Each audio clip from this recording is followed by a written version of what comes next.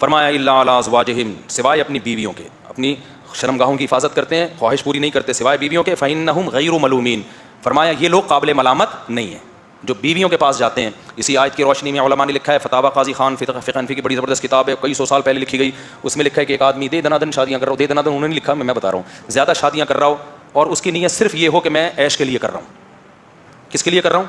ऐश के लिए, जाओ बस, लेकिन नीयत है उसकी हुकूक अदा करने की। फरमाया इसको अगर कोई मलामत करता है ना कि तू बुरा आदमी है, अय्याश है, तो उस पर डर है कि उस कुफ्र का डर है, क्योंकि अल्लाह ने कह दिया कि ये काबिल मलामत अपनी ख्वाहिश को पूरा करने के लिए कर रहा है शादी, और कोई नीयत नहीं है, लेकिन उसकी ये नीयत है कि मैं हुकूक भी अदा करूंगा, खाली ख्वाहिश बराए ख्वाहिश नहीं है, तो भले ख्वाहिश ही के लिए कर रहा हो भाई, हलाल है ना, तो इसलिए अल्लाह ने सर्टिफिकेट दे दिया कि ऐसा आदमी काबिल मलामत नहीं। वल्लज़ीना हुम लिफ़ुरूजिहिम हाफ़िज़ून, फरमाया अपनी शर्मगाहों की हिफाजत करते हैं। शर्मगाह की हिफाजत में आँख भी दाखिल है, बुरी नीयत से किसी नामहरम को देखना, उसकी बातों से दिलचस्पी लेना, सुनना, उसको हाथ लगाना, हाथ से लज्जत हासिल करना, ये तमाम चीज़ें वल्लज़ीना हुम लिफ़ुरूजिहिम में शामिल। इस्लाम में और सेकुलरिज़म में फ़र्क यह है कि सेकुलरिज़म सब कुछ हलाल करता है। तभी आपको पता है गोरों में शादीशुदा आदमी अगर कहीं ज़िना कर लेना तो बीवी को कुछ जुर्माना देना पड़ता है उसको, कि बेगम को इसने एक्चुअली क्या पहुंचाई है, तकलीफ, और बीवी कर ले तो 50 रुपये जुर्माना देगी अपने शोहर को। इस्लाम में ऐसा नहीं है भाई, इस्लाम ने बहुत सख्त हुक्म रखा है। आगे सूरह नूर आ रही है कि अगर ज़िना की हद तक मामला पहुंच गया है, अल्लाह कहते हैं ज़ानी मर्द और ज़ानी औरत को पकड़ के चौक पे ला के 100 कोड़े मारो, और कोड़े मारते हुए तुम्हें उन पे तरस, नरमी नहीं आनी चाहिए, नरमी नहीं आनी चाहिए। बहुत शदीद जुर्म है इस्लाम में ज़िना, और ज़िना की तरफ जो चीज़ें ले जाती हैं वो नज़र, सुनना, उससे दोस्तियाँ लगाना, बातों में दिलचस्पी लेना, ये तमाम चीज़ें आपको कहाँ लेके जाती हैं? ज़िना। तो ये तमाम चीज़ें भी अल्लाह ने क्या कर दी? हराम। अब अल्लाह फरमाते हैं कामयाब होना चाहते हो, नमाज़ों में खुशू पैदा करना पड़ेगा, लग़वियात से एराज़ करना पड़ेगा, ज़कात और सदक़ों को फोकस करना पड़ेगा, और अपनी शर्मगाहों की हिफाजत करनी पड़ेगी। ये मर्द के लिए भी है, औरत के लिए भी। इल्ला अला अज़वाजिहिम, ज़ौज का लफ्ज़ शौहर पर भी इतलाक़ होता है, बीवी पर भी, सिवाय मियाँ बीवी। इस्लाम ने आपके लिए अपनी ख्वाहिश पूरी करने का रास्ता आपकी बीवी के सिवा कोई भी नहीं। पहले बांदियाँ भी थी, बांदियों का सेटअप खत्म हो गया है, और अब आ नहीं सकता बांदियों का सेटअप, इस माहौल में नहीं आ सकता। हाँ, दोबारा इमाम मेहदी आए हों, जंगे वंगे हों, फिर अब हर थोड़े दिन में लोग इमाम मेहदी तलाश करेंगे, देखना। तो और ये मासियाँ बांदियाँ नहीं हो सकती, खूब आज़ाद औरत अपनी मर्जी से बांदी बन नहीं सकती। समझ रहे हो कि नहीं समझ रहे? बांदी एक ख़ास, उस पर बहुत दफ़ा बयान हो चुका है, मैं उस टॉपिक को दोबारा नहीं छेड़ूंगा, वरना ये आयतें हमारी रह जाएंगी। आपके लिए आपके पास सिवाय बीवी के अलावा कोई रास्ता नहीं है। तो इसलिए मैं शादियों को फोकस करता हूँ मेरे भाई। जब हलाल से सैर होगे तो हराम से कदम दूर हो जाएंगे। हराम से बचने के दो रास्ते हैं, एक ये कि जहाँ हराम नज़र आ रहा है वहाँ से भागो। अब आपको भूख लग रही है, पैसे हैं नहीं, या पैसे हैं लेकिन आप इस्तेमाल नहीं कर रहे, आपका कौन पैसे निकाले फिर ख़रीदे। भूख लग रही है, उधर पराठे बन रहे हैं, शरीयत कहती है आप वहाँ से भागो, क्योंकि आपने ख़रीदना है नहीं, तो ज़ाहिर है चोरी का दिल चाहेगा कि नहीं चाहेगा। अब खुशबू आ रही है पराठे की, उधर भाग के गए, अब हराम से भाग रहे हो, देखो उधर भाग के गए, वहाँ चपली कबाब बन रहे हैं, उधर खुशबू आ रही है, आपको मुफ्ती साहब का बयान आया, अल्लाह मियाँ कहते हैं कि नहीं भाई चोरी नहीं करनी, उधर से टन मारा, उस तरफ भागे, वहाँ देखा बिरयानी की देख का ढक्कन खुल रहा है एकदम, फिर खुशबू आई, वहाँ से भागे। कहाँ तक भागेगा? ट्रक के नीचे आगे मर जाएगा ज़्यादा भागेगा तो, जब गटर का ढक्कन खुला हुआ होगा उसमें गिर जाएगा। उसका तरीका ये है, अबे पैसे हैं तो पैसों से 4 पराठे खरीद के फोड़ दे, नहीं है तो पैसे कमा, फोकस किसको कर? पैसे कमा। और अल्लाह ने वादा किया है जो निकाह की नीयत से पैसे कमाने की कोशिश करेगा मैं उसकी मदद करूंगा, मैं, ये अल्लाह ने वादा किया। तो पैसे कमा और खा ले, एक दफा तबीयत से पेट भर के खाएगा, फिर जितने देख के ढक्कन तेरे दाएं बाएं खुलते रहेंगे, तेरी सेहत पे कोई फर्क नहीं पड़ेगा। हर इंसान को अल्लाह ने सलाहियत महदूद दी है, लामहदूद सलाहियतें और ताकतें अल्लाह ने किसी को भी नहीं दी हैं। इसलिए इस्लाम ने जहां हराम से बचने का हुक्म दिया वहां हलाल में वुसअतें भी पैदा की। और इसका औरत को कितना फायदा होगा? आपके हराम से बचने के जज्बे की वजह से 4 औरतों को घर मिल जाएगा, 4 औरतों को शौहर मिल जाएगा, 4 औरतों को बच्चों का बाप मिल जाएगा, इफ़्फ़त और पाकदामनी वाली जिंदगी मिल जाएगी। वरना अगर वो भी सोसाइटी को फिर जाके खराब करेंगी, जिना का माहौल पैदा करने का खतरा है उनका भी। तो इसलिए इस्लाम की तरफ आ जाओ मेरे भाई, दाएं बाएं जाने की कोशिश मत करो। अल्लाह को जिना बहुत नफरत है अल्लाह को, और अल्लाह को निकाह से उतनी ही मोहब्बत भी है, इतनी मोहब्बत है अल्लाह को। देखो अल्लाह पैगम्बरों से वही काम करवाते हैं जो अल्लाह को पसंद होता है। मूसा अलैहिस्सलाम ने 10 साल बकरियां चराई हैं बीवी के हुसूल के लिए। इससे पता चलता है मूसा कलीमुल्लाह की नज़र में बीवी की क्या वैल्यू थी। उनकी लड़की के बाप ने कहा ना, हजरत मूसा की ज़ौजा के वालिद ने कहा 10 साल बकरियां चराओगे तो अपनी बेटी देता हूँ, फ़ौरन हाथ रखा और कहा ज़ालिका बैनी व बैनक, मेरा और आपका एग्रीमेंट पक्का है। ये नहीं कहा कि एक्चुअली मैं तो अभी स्टेबल तो हो जाऊँ, पहले कंट्री में आया हूँ, ये शादी वादी के बखेड़ों में पड़ना, और एक्चुअली ये टोपी ड्रामे सेकुलर लोगों ने हमें सिखाए हुए हैं, और इन कमबख्त स्टेबल होते ही नहीं है। ये 50-50 साल के बुढ़े होकर शादी करते हैं, एक आध इन कमबख्तों का बच्चा होता है जो बुढ़ापे में इनको छोड़ के कमबख्तों को चला जाता है। इनके घर मैंने देखे हैं 2-2 हज़ार गज के बंगले, ऊपर भी नीचे भी, ऊपर भी पोर्शन, बेडरूम इतने बंदा ही नहीं है। मैं तो जाता हूं, मुझे टेंशन होने लगती है कि निकालो इधर से मुझे, इससे तो वो छोटा झोंपड़ा अच्छा है जिसमें अफराद तो हैं। तो इसलिए मेरे भाई, इस्लाम नेचुरल लाइफ आपको देता है, उसकी तरफ आओ। इन लोगों की बातों में, दीवारों से इंसान को सुकून नहीं मिलता, सुकून अफराद से मिलता है। अफराद होने चाहिए घर में, बहुएं हो, दामाद हो, पोते हो, नवासे हो। अब देखो हमारी नवासी भी हो गई माशाल्लाह, वो घर में आती है, इतना अच्छा लगता है, वो पिटकिल्ली सी घूम रही होती है यूं करके, मैंने उसका नाम ही पिटकिल्ली रखा हुआ है। तो और पोते नवासों में एक फ़ायदा पता है क्या है? अपने बच्चों से आपको मोहब्बत होती है, लेकिन पालना भी आपको पड़ता है। पोते नवासों से मोहब्बत वही होती है जो बच्चों से होती है, पालना आपकी जिम्मेदारी नहीं है। क्या ख्याल है भाई? ना पैम्पर का खर्चा आप पे, ना डॉक्टर के ले जाने का खर्चा आप पे, वो सारा उसके बाप और माँ पे है, तुम संभालो। तो दादा दादी, नाना नानी, जवानी में बनो, मैं जवानी में नाना नजर आ रहा हूँ कि नहीं आ रहा? और ये तो मेरे बड़ा वाला बच्चा थोड़ा छोटा है, वरना तो मैं दादा कब का बन चुका होता। तो जवानी में दादा बनो, परदादा बनो, अपनी खुशियों को आग मत लगाओ फैमिली प्लानिंग वालों के जज्बों में आके। और कुछ नहीं होता, इंसान कोई शादी के बाद बाउंड नहीं हो जाता। बाउंड औरत होती है जो रुखसती करके आती है, तुम्हारी थोड़ी रुखसती हुई है। लोग कहते हैं मर्द बाउंड जाता, कुछ भी नहीं होता मेरे भाई, तू आदमी है, तेरी रुखसती नहीं हुई है। रुखसती किसकी हुई है? उसकी हुई है, वो बाउंड हुई है, और उसके बदले में उसको फायदे मिल रहे हैं। तू तो पहले वैसे ही था, अब भी क्या है? वैसे ही है। तो इसलिए बाउंड होने, हाँ जिम्मेदारियां आपके ऊपर कुछ आ गई हैं, तो फायदे भी तो हो रहे हैं ना। उन जिम्मेदारियों से फायदा क्या हो रहा है? आपका पैसा सही जगह इस्तेमाल हो रहा है। अगर वो जिम्मेदारियां ना होती, ये गुटकों में, चर्स और हीरोइन में लगता, जिना और अय्याशियों में लगता जाके, तो पैसा भी सही जगह ठिकाने लग गया। चलो आगे चलते हैं हम। अल्लाह फरमाते हैं इल्ला अला अज़वाजिहिम औ मा मलकत अयमानुहुम, में जल्दी स्पीड इसलिए बढ़ाई है ताकि थोड़े सूरह नूर भी हो जाए। फरमाया इल्ला अला अज़वाजिहिम, सिवाय अपनी बीवियों के, अपनी शर्मगाहों की हिफाजत करते हैं, ख्वाहिश पूरी नहीं करते सिवाय बीवियों के, फ़इन्नहुम गैरु मलूमीन, फरमाया ये लोग काबिल मलामत नहीं है जो बीवियों के पास जाते हैं। इसी आयत की रोशनी में उलमा ने लिखा है, फतावा काजी खान फ़िक़्ह हनफ़ी की बड़ी ज़बरदस्त किताब है, कई सौ साल पहले लिखी गई। उसमें लिखा है कि एक आदमी दे दनादन शादियाँ कर रहा हो, दे दनादन उन्होंने लिखा, मैं बता रहा हूँ, ज़्यादा शादियाँ कर रहा हो और उसकी नीयत सिर्फ ये हो कि मैं ऐश के लिए कर रहा हूँ। किसके लिए कर रहा हूँ? ऐश के लिए, जाओ बस। लेकिन नीयत है उसकी हुकूक अदा करने की। फरमाया इसको अगर कोई मलामत करता है ना कि तू बुरा आदमी है, अय्याश है, तो उस पर डर है कि उस कुफ्र का डर है, क्योंकि अल्लाह ने कह दिया कि ये काबिल मलामत अपनी ख्वाहिश को पूरा करने के लिए कर रहा है शादी, और कोई नीयत नहीं है। लेकिन उसकी ये नीयत है कि मैं हुकूक भी अदा करूंगा, खाली ख्वाहिश बराए ख्वाहिश नहीं है।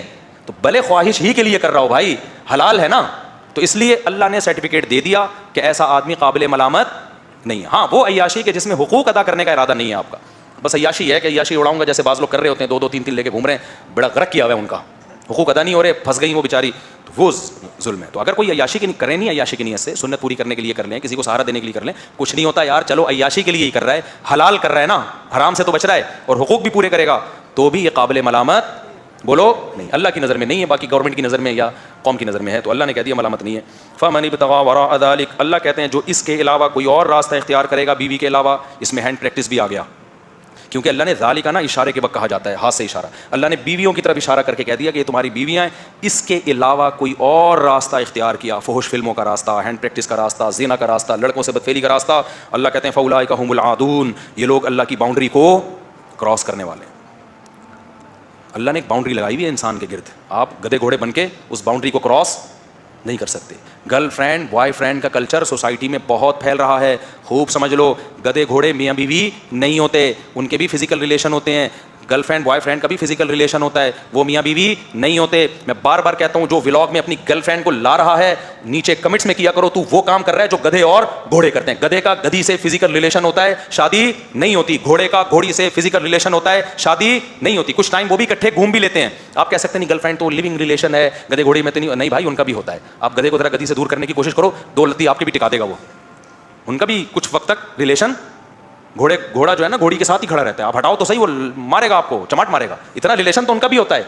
इंसान में और गधे घोड़े में फ़र्क ये कि इंसान में मियाँ बीवी होते हैं, गधे घोड़ों में मियाँ बीवी नहीं होते। तो कोई ब्लॉगर अपनी गर्लफ्रेंड को घुमा रहा है ना, तो बोला करो काम इंसान, शक्ल से इंसान लग रहा है, लेकिन काम कौन से कर रहा है? कुत्तों वाला, गधे और घोड़ों वाला। उसको बुरा भला कहा करो, अप्रिशिएट ना किया करो, और बोलो हमारे कल्चर को तबाह बर्बाद मत करो। तुम समझते हो कि नहीं समझते? हमारे कल्चर को, ये गधे घोड़ों वाला कल्चर है, ये यूरोप, उधर जाओ, उधर जाके ये किया करो, हमारे कल्चर को खराब मत करो। लोगों ने लिखा होता है क्यूट क्यूट कपल और वेरी नाइस, तो तुम भी उस गुनाह में बराबर के शरीक हो।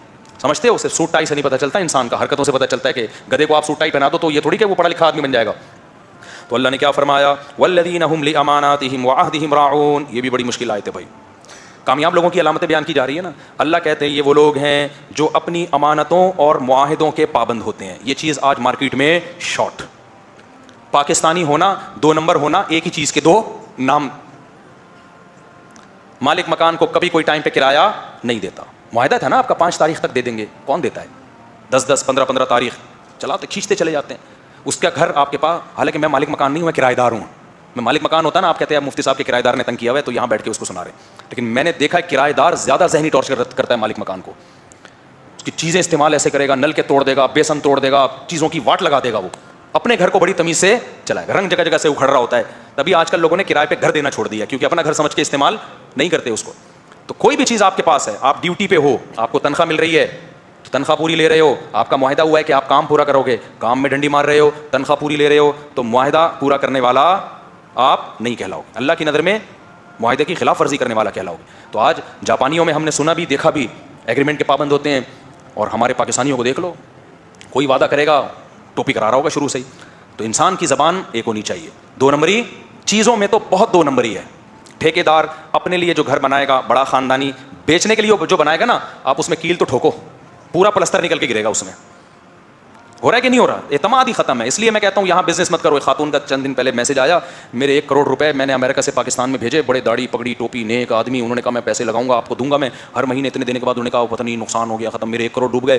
रो रही हैं, मुझे मैसेज भेज रही हैं। मैंने कहा आपको किस बेवकूफ़ ने कहा था कि आप पैसे दो? मैं कितने बयानात कर रहा हूँ कि मत दो किसी को पैसा। कह रही है पता नहीं वो तो बड़े इतने दिन दिए। मैंने कहा वो बड़ा फ्रॉडी है जो कुछ दिन देगा पैसा। जो पहले दिन ही लेके भाग जाए वो छोटा फ्रॉडी है, और जो प्रॉफिट दे रहा है ना वो बड़ा फ्रॉडी है। क्योंकि मेरे पैसे जो लेके भागा था 6 महीने उसने प्रॉफिट दिया था मुझे, क्योंकि बड़ा फ्रॉडी था, तभी ज्यादा पैसे लेके भागा है। 6 महीने जब दिया तो हमें एतमाद हो गया, हमने और दे दिए। फिर और 6 महीने दिए, हमें और एतमाद हो गया, हमने और दे दिए। वो लेकर एकदम मार्केट से क्या हो गया? इसलिए जो तुमसे पैसे लेके तुम्हें प्रॉफिट दे रहा है, समझो ये बहुत बड़ा फ्रॉडी है। जैसे जो आमिल पैसे लेके इलाज करता है कम फ्रॉडी, जो पैसे लिए बगैर इलाज करता है वो ज्यादा बड़ा फ्रॉडी है। समझते हो ना? बाज़ लोग कहते हैं आमिल हैं, बुजुर्ग हैं, पैसे नहीं लेते। भाई ये बड़ी फिल्म है। ये जो पैसे ले रहा है उसको पता तो है ना कितना बड़ा फ्रॉड कर रहा है। जो नहीं ले रहा ये बहुत बड़ी फिल्म है। अच्छा, आमिलों को मैं इतना चीखता हूँ, किस जिन चुड़ैल भूत किसी ने हो ना मेरे पास ले आओ उसको, बोलो यहाँ तो जिन ला के दिखा खाली। अच्छा आगे चलते हैं हम जल्दी से। वल्लज़ीना हुम लिअमानातिहिम व अहदिहिम राऊन वल्लज़ीना हुम अला सलवातिहिम युहाफ़िज़ून। देखो क्या नमाज की वैल्यू है। आगे अल्लाह फरमाते हैं वो लोग अपनी नमाज़ों की हिफाजत करते हैं। नमाज का तज़किरा 2 दफ़ा आया। नमाज़ों की हिफाजत पता है क्या है? अब्दुल्ला बिन मसूद से मरवी है। मैं इस पर इंशाअल्लाह एक पूरी वीडियो रिकॉर्डिंग करवाऊंगा कि ये जो आजकल ज़ोहर को बिल्कुल ज़ोहर के टाइम दाखिल होते ही असर पड़ना शुरू कर दिया लोगों ने, और टेंशन है एक्चुअली हम थोड़ा सा बिजी चल रहे हैं, और फिर वो मगरिब को इशा तक ले जाते हैं। किसी हदीस में ऐसा वाज़े हुक्म, किसी बेगुबार सही हदीस में, तभी अब्दुल्ला बिन मसूद रज़ी अल्लाह ताला अन्हु सही बुखारी में कहते हैं नबी ने मुज़दलिफ़ा के अलावा कहीं भी 2 नमाज़ों को इकट्ठा नहीं पढ़ा। और दूसरी हदीस में सही हदीस है वो भी, उसमें कहते हैं अरफात में भी। तो अरफात और मुज़दलिफ़ा में तो नबी ने इस तरह नमाज़ें इकट्ठी पढ़ी हैं, ज़ोहर के वक्त में असर पड़ी और मगरिब को मौखर किया मुज़दलिफ़ा में। अब्दुल्ला बिन मसूद कहते हैं इसके अलावा कभी भी इकट्ठी नमाज़ें नहीं पढ़ी हैं। आप कह सकते हैं हो सकता है अब्दुल्ला बिन मसूद को पता ना हो, दूसरी हदीसों में तो आता इकट्ठी पढ़ी हैं। उसका जवाब ये कि खुद अब्दुल्ला बिन मसूद से ही मरवी है कि इकट्ठी पढ़ी हैं। तो इसका मतलब वो इकट्ठी वो नहीं है जो लोग समझ रहे हैं, वो इकट्ठी वो है जो बुखारी में है, जिसका तस्करा कि नमाज को मगरिब को मौखर किया इशा तक, और इशा जब दाखिल होने वाली थी तो मगरिब पढ़ी, और इशा के दाखिल होते ही क्या पढ़ ली? इशा पढ़ ली है। इस तरह से जमा बैन सलातैन हुआ है। फिर भी इमाम शाफी का मज़हब है वो 2 नमाज़ें इकट्ठी पढ़ते हैं। लेकिन आप तो इमाम शाफी को थोड़ी मानते हो, आप तो दलाइल को मानते हो। सफ़र में इमाम शाफी कायल है 2 नमाज़ें इकट्ठी पढ़ने के। या तो आप शाफी बन जाओ, और अगर आप कहते हो हम तकलीद नहीं करते, तो फिर भाई दलाइल की दुनिया में इसमें अबू हनीफा का पलड़ा भारी है। दलाइल की दुनिया में बहुत भारी है पलड़ा। क्यों? इमाम अबू हनीफा कहते हैं कुरान जगह जगह कह रहा है हर नमाज अपने टाइम पे पढ़नी है। कुरान कह रहा है कामयाब लोगों की अलामत है अपनी नमाजों की हिफाजत करते हैं। और अब्दुल्ला बिन मसूद कहते हैं नमाजों की हिफाजत है हर नमाज अपने टाइम पे पढ़ना। और बुखारी मुस्लिम से पता चलता है हर नमाज का अपना टाइम है, 2 नमाजों का एक टाइम नहीं है, 5 नमाजों के अलग अलग टाइम है। और असर की नमाज तो खास तौर पर कुरान हुक्म दे रहा है। आप थोड़ी सी टेंशन है ज़ोहर असर मिला रहे हो, कुरान कह रहा है हाफिज़ू अला सलावाति वस्सलातिल वुस्ता, नमाजों की हिफाजत करो, खुसूसन दरमियानी नमाज यानी असर की नमाज की। तो ये सफ़र और हज़र दोनों के बारे में है। मैदान जंग में ये आयतें नाजिल हुई हैं। मैदान जंग में अल्लाह ने मैदान जंग हज़र में होता है, सफ़र में होता है।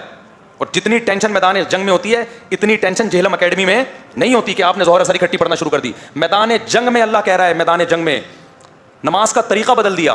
फ़इन खिफ्तुम फरिजालन औ रुकबाना, अल्लाह कह रहे हैं खौफ की हालत हो ना मैदान जंग में हो, नमाजों को कज़ा मत करो। हाँ पैदल चलते हुए पढ़ लो, सवार होके पढ़ लो, तरीका चेंज कर दिया, किबले का रुख माफ कर दिया, जिधर सवारी है उधर रुख करके पढ़ लो। फ़इदा तुम, अल्लाह कहते हैं जब दोबारा इत्मीनान की हालत में आ जाओ, फ़अक़ीमुस्सलाह, फिर उसी तरह से कायम करो जैसे पहले करते थे। ए अल्लाह इतनी टेंशन में तो क्यों डाल रहा है, हम ज़ोहर के साथ इकट्ठी असर पढ़ लेंगे, और मगरिब और इशा में तो बहुत टाइम है, आधी रात 2:30-3 बजे तक कौन लड़ता रहता है, जंग थोड़ी होती रहती है इतनी, 2:30-3 बजे जाके मगरिब इशा इकट्ठी पढ़ लेंगे। अल्लाह ने कहा नहीं नहीं, ये नहीं करना, नमाज का तरीका मैं चेंज कर रहा हूँ, टाइमिंग चेंज नहीं कर रहा। क्यों? इन्नस्सलात कानत अलल मुमिनीन किताबन मौक़ूता, इसलिए कि नमाज़ें मोमिनीन पर मुकर्ररा औक़ात में फ़र्ज़ हैं। अबू हनीफ़ा का पलड़ा दलाइल की दुनिया में, ये जो नमाज़ें इकट्ठी करने वाला मसला इसमें बहुत ही हावी। अगर आप तक़लीद के कायल नहीं हैं तो दलाइल की दुनिया में भी आपको हर नमाज अपने टाइम पे पढ़नी पड़ेगी। और फिर मैं रेफरेंसेस के साथ इंशाअल्लाह इस पर क्लिप रिकॉर्ड करवाने वाला हूँ। वहाँ क्लिप आएंगे कि जो अब्दुल्लाह बिन अब्बास की हदीस है ना, 2 नमाज़ें इकट्ठी पढ़ने का मतलब क्या है, वो सारी चीज़ें इंशाल्लाह मार्केट में आने वाली हैं। अभी तो ये बताना चाह रहा हूँ कि खुदारा अपनी नमाज़ों को लोगों के कहने में आके ज़ाया मत करो। शॉपिंग के लिए जा रहे हैं तो ज़ोहर को असर में पढ़ रहे हैं, असर को ज़ोहर में पढ़ रहे हैं, मगरिब को ईशा में जाके पढ़ रहे हैं, ईशा को मगरिब में जाके पढ़ रहे हैं, ये काम मत करो। अल्लाह ने क्या कहा, वल्लज़ीना हुम अला सलावातिहिम युहाफ़िज़ून, ईमान वालों की अलामत अपनी नमाज़ों की, नमाज़ों में 5 दाखिल है कि नहीं, ये भी जमा का सीगा है। और सलावात यहाँ उलमा बैठे हैं, जमा किल्लत नहीं है, सिर्फ 3 नमाज़ें नहीं है, इसमें 3 नमाज़ें नहीं है। सलावात ये जमा कसरत में आता है, जमा सालिम है ये, तो इसमें 5 नमाजें आती हैं। तो 5 नमाजों को अपने टाइम पे पढ़ेंगे तो इस आयत पर अमल होगा। समझते हो कि नहीं? समझ ली। अब मिलेगा क्या भाई, अल्लाह हम ये सारा काम कर लें, हम नमाजों में खुशू पैदा कर लें, तरावी भी तमीज़ से पढ़ना शुरू कर दें। कितनी टेंशन होती है, कुछ लोग इफ्तारी में कुछ पकोड़े छुपा के आए हुए होते हैं कि तरावी के बाद हमने खाने हैं, उधर दिल लगा हुआ होता है। मस्जिद में जब इज्तिमाई इफ्तारियाँ होती हैं तो मौज़िन की जो अजान वाली अलमारी है उसके नीचे भी कुछ खरबूजे छुपे हुए होते हैं। हमारे दौर में तो ऐसे ही होता था, तो उसकी तरफ दिल लग रहा होता है। तो बड़े मसाइल होते हैं, खुशू करना, फिर फ़र्ज़ नमाज हर वक्त पाबंदी से अपने टाइम पर पढ़ना, बाज़ दफ़ा दिल नहीं लग रहा होता, और जमात से मस्जिद में आके पढ़ना, असल में तो जमात का हुक्म है। तो ये तो अल्लाह ने बड़ी टेंशन में डाल दिया। नज़र की हिफाजत भी करनी है, अपनी बीवी के अलावा आपके पास कोई ऑप्शन नहीं है, तो ये क्या, ये तो ज़िंदगी क्या हो गई, बेरौनक। लगवियात से भी बचना है, सदका खैरात भी करने हैं, मुआहिदों की पाबंदी, यानी कस्टमर को झूठ नहीं बोलना, ये तो प्रोग्राम ही क्या हो गया, सारा बढ़ गया तिजारत। कस्टमर को बताना है कि भाई ये 2 नंबर माल है, ये क्या है, 1 नंबर है, ये क्या हो गया भाई। जो सेब की पेटी में जैसे सेब ऊपर है वैसे ही नीचे भी रखने हैं, तो ये क्या हो गया, ये तो ज़िंदगी का मज़ा क्या हो गया। वही लतीफ़ा बड़ा पुराना हो गया। एक टीचर ने बच्चों से कहा, बच्चों वादा करो कभी झूठ नहीं बोलोगे। बच्चों ने कहा कभी भी नहीं बोलेंगे मिस। बच्चों वादा करो कभी जो है नशा नहीं करोगे। मिस कभी नशा नहीं करेंगे। बच्चों वादा करो कभी गर्ल्स का पीछा नहीं करोगे। मिस नहीं करेंगे।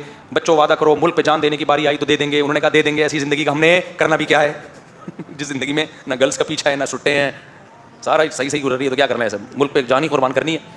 तो आप कह सकते हैं यार ये तो ज़िंदगी का मज़ा क्या हो गया, किरकिरा।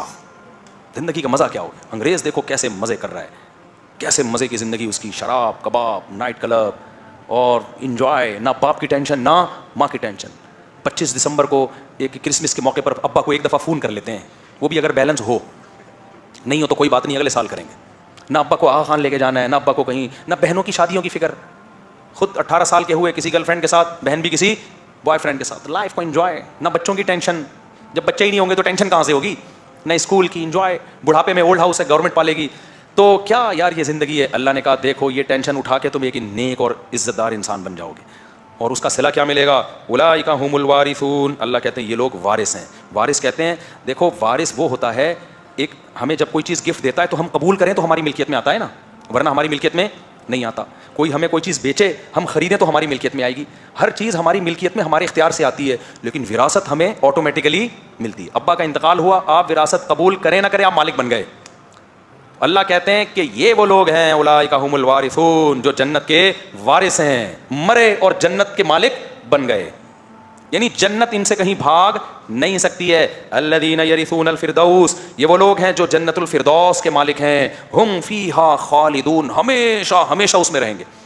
अल्लामा मुनावी रहमहुल्लाह एक बहुत बड़े मुफस्सिर हैं, लिखते हैं कि जन्नत अगर मिट्टी का घरौंदा होती ना, एक छोटा सा गाँव होती पसमानदा, सिर्फ इतनी नेमत मिल जाती हमेशा की ज़िंदगी, तो भी इस दुनिया के सोने के महल्लात से अफजल थे। बताओ डिफेंस के किसी 1000 गज वाले को कोई कह दे कि हम तुझे थरपारकर में एक झोंपड़ा दे रहे हैं, एक गाय होगी, एक गधा होगा, एक भैंस होगी वहाँ पे, लेकिन तेरी ज़िंदगी 20,000 साल की होगी, वो फ़ौरन उसको तरजीह देगा कि नहीं देगा? कहेगा यार ये 5-10 साल रह गए यहाँ तो वो भी यकीन नहीं है। तो हमेशा की ज़िंदगी होना ही एक बहुत बड़ी नेमत है। अल्लाह कहते हैं ये कहाँ मिलेगी, जन्नतुल फिरदौस में, जिसमें नहरें हों, जिसमें हूरें हैं, जिसमें अल्लाह की ऐसी वलकुम फ़ीहा मा तश्तही अनफुसुकुम, जिस चीज़ का दिल चाहेगा वो चीज़